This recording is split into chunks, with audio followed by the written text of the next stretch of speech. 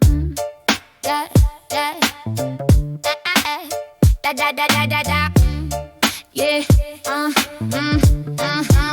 To celebrate the piggy rescue mission, Karen made a grand decision.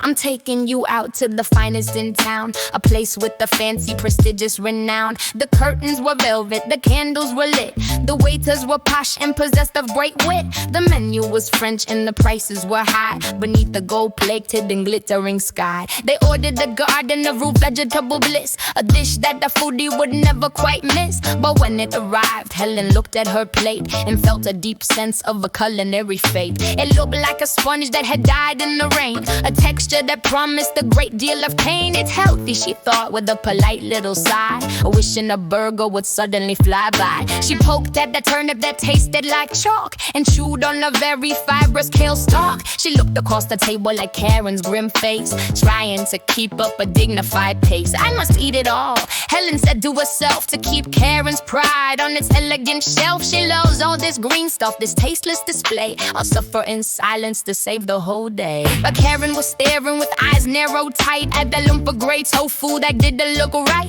She picked up her fork and she poked at the grain as if it were causing her physical pain. Then, without warning, she signaled the staff with a look that cut all the politeness in half. "Excuse me," she called as the waitress drew near. "The problem with dinner is perfectly clear."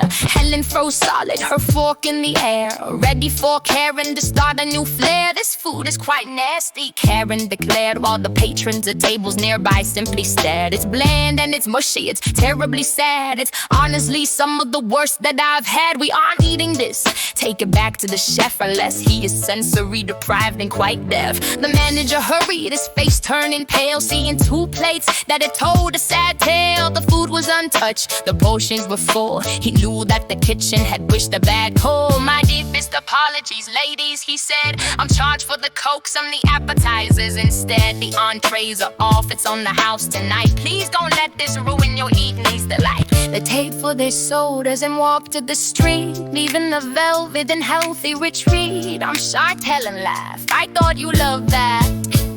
I was eating that sponge and just falling down flat." Karen made the face. "I like healthy this fruit, but that tasted like cardboard and Elmer's craft glue. I'm starving for flavor, I'm hungry for real. I need something heavy to finish this meal."